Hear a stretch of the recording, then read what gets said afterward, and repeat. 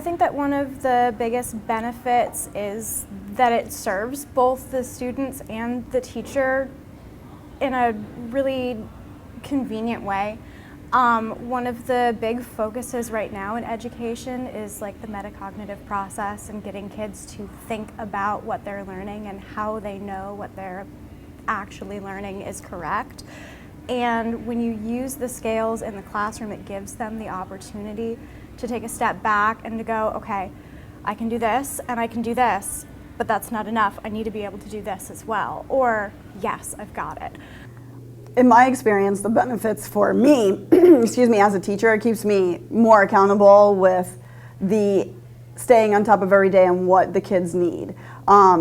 So when I come up with a question at the beginning of the day for the lesson, it makes me make sure that I'm on the right track and I'm not going off. It keeps me on track. Sometimes I want to teach something that I just really like, and it's not really pertaining to the standard. It's just I think it's a great activity.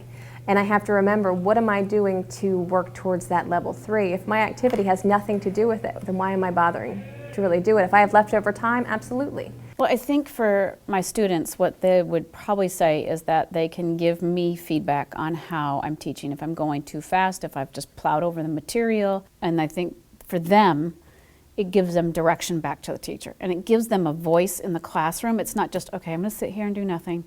It gives them a voice. The one that's not comfortable asking questions has that voice on that paper. So they know that I'm monitoring their skills every single day, and there's not a slack day. They have to be able to use whatever it is. And if I see that there's a constant pattern, then I make sure that I go over to the kid and say, hey, you're still not getting this, and we're going through and I'm showing you.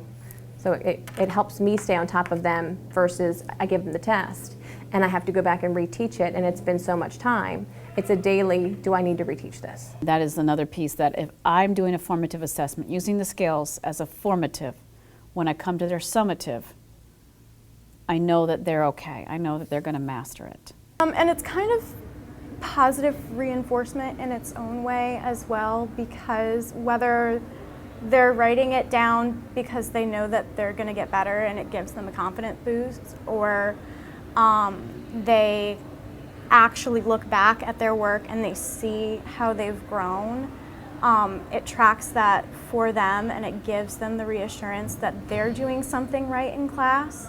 So it's not just, I keep doing these assignments and I have no idea what's going on and I feel like I'm just swimming in this sea of uncertainty. They can see their progress, and I think that that's important.